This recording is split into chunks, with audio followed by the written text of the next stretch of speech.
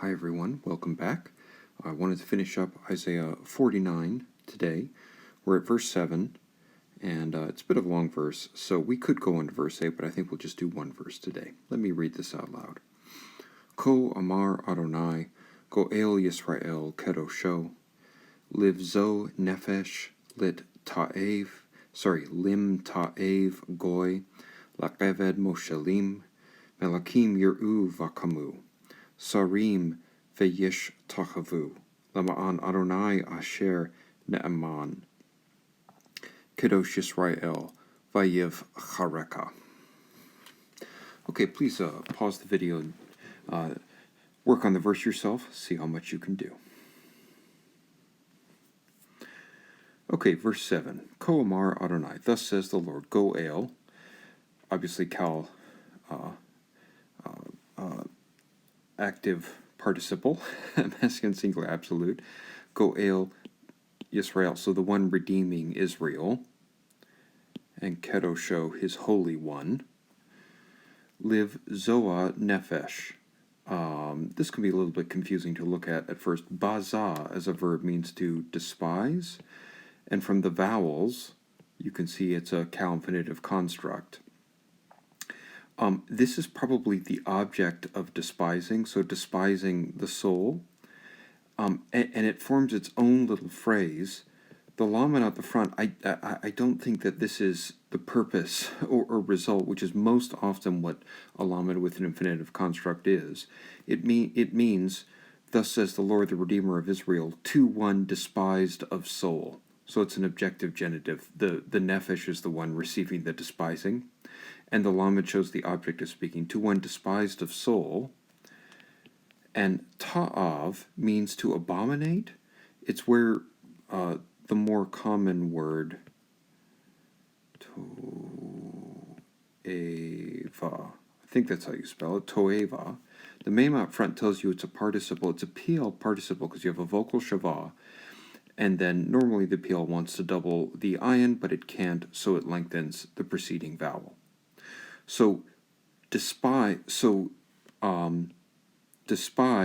of the nation. Now, again, this is confusing, and you might think that in harmony with the prior phrase that the nation is being despised, but I think it's better to take this first one as an objective genitive, this second as a subjective genitive. The nation is doing the despising, so to one despised by the nation. That's how it gets translated. If you look at the Hebrew, it's hard to see, but that's how these noun phrases can work. The second noun can be the object or the subject of the first noun, especially when it's a verbal idea. So the Holy One of Israel is speaking to one despised of soul, despised of the nation, to the Eved Meshalim, to a servant of kings.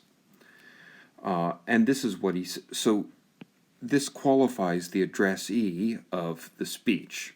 And then this is what he says, kings will see and stand up. So if this is not making a whole lot of sense, it's best to take this in relation to verse 4. I've labored for nothing, spent my strength in vanity. So God is here addressing his servant and saying, in a sense, you have labored for nothing. You've had an awful time of it. You really don't have much to show for your ministry.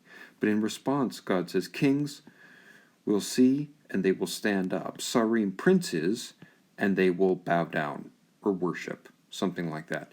Notice this is just the simple vav, imperfect. It just shows a sequence, not the narrative past tense.